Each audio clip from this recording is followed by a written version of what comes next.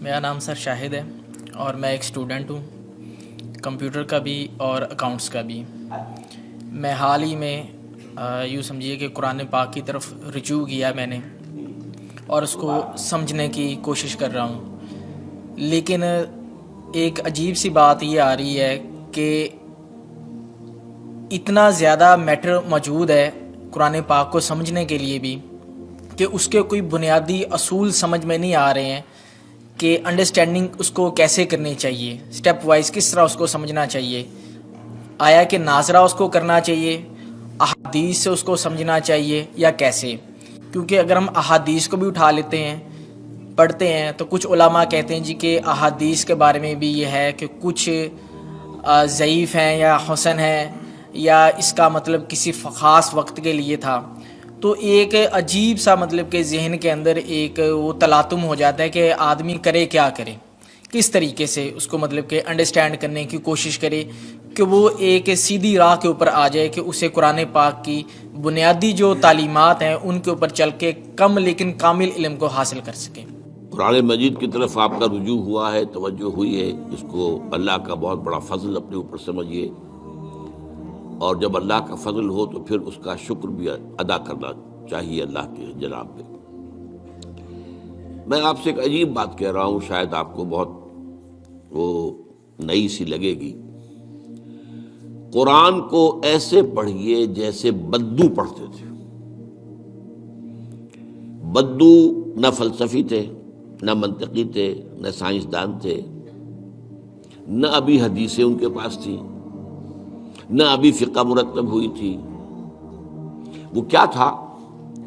عربی زبان، یہ ان کی اپنی تھی۔ تو شرط اول جو ہے قرآن مجید کو سمجھنے کے لیے وہ عربی زبان کا صرف و نحو صحیح جاننا یہ لازم ہے۔ پھر قرآن کے متن ہی کو اصل سمجھیے۔ البتہ یہ ہے کہ اس کو آپ سمجھیں کہ یہ پہلا مرحلہ ہے قرآن پر غور کا، قرآن پر فکر کا، قرآن پر سوچ کا۔ اس کے بعد اگلے مراحل بھی آئیں گے۔ اسی قرآن سے پھر قوانین جو ہے واقف ہونے ہیں۔ اچھا، اس میں بعض سے واقعات ایسے ہیں کہ جو تو ایک تاریخی حیثیت رکھتے ہیں، اب ان میں اس واقعے کے ضمن میں تفصیل میں کہیں کوئی اختلاف ہو گیا تو کوئی حرج واقع نہیں ہوتا۔ ابھی میں مثال دیا کرتا ہوں کہ میں چند جملے ابھی آپ کے سامنے یہاں ادا کروں اور پھر 10 منٹ کے بعد پوچھا جائے آپ سے تو ہر شخص جو ہے اس کو کہے گا، وہ جواب جو میرا دے گا وہ مختلف ہوگا، اس کا اس میں اس کی اپنی بات بھی شامل ہو جائے گی، اور سوچ میری بات سنتے ہوئے بھی جو اس کا سبجیکٹو مائنڈ ہے وہ اس کے اندر اس وقت حاضر ہوگا، وہ اس سے اس کوئی نہ کوئی نتیجہ از خود اپنی اس سبجیکٹو مائنڈ کے حوالے سے حاصل کرے گا، وہ بیان کرے گا۔ تو ان چیزوں میں احادیث میں اگر کوئی اختلاف بھی ہو جائے تو اس میں پریشان ہونے کی ضرورت نہیں ہے۔ ابھی ہمارے ہاں یہ جمعے کے اجتماعات میں حدیث جبرائیل جو ام السنہ کہلاتی ہے، جیسے سورہ فاتحہ ام القرآن ہے، ایسے حدیث جبرائیل ام السنہ ہے، سنت کی جڑ اور ماں۔ اب اس کی جو روایات آئی ہیں اس میں مختلف اختلاف ہے، الفاظ کا اختلاف ہے، ایسنس ایک ہے، مفہوم ایک ہے، الفاظ میں بڑا فرق ہے، تفاصیل کا فرق ہے۔ تو اس حوالے سے اس میں گھبرانے کی ضرورت نہیں ہے۔ پھر یہ کہ فقہی معاملات کے اندر اختلافات ہو گئے، وہ بھی نیچرل ہیں۔ آپ کو معلوم ہے کہ ایک ہی مقدمہ ہوتا ہے، 8 جج بیٹھے ہوئے ہیں ایک بینچ پر، 5 کا فیصلہ ایک ہے، 3 کا ایک ہے، اور بھی تقسیم ہو سکتی ہے۔ قانون وہی، اور یہ میں بات کر رہا ہوں سپریم کورٹ کی یا ہائی کورٹ کی،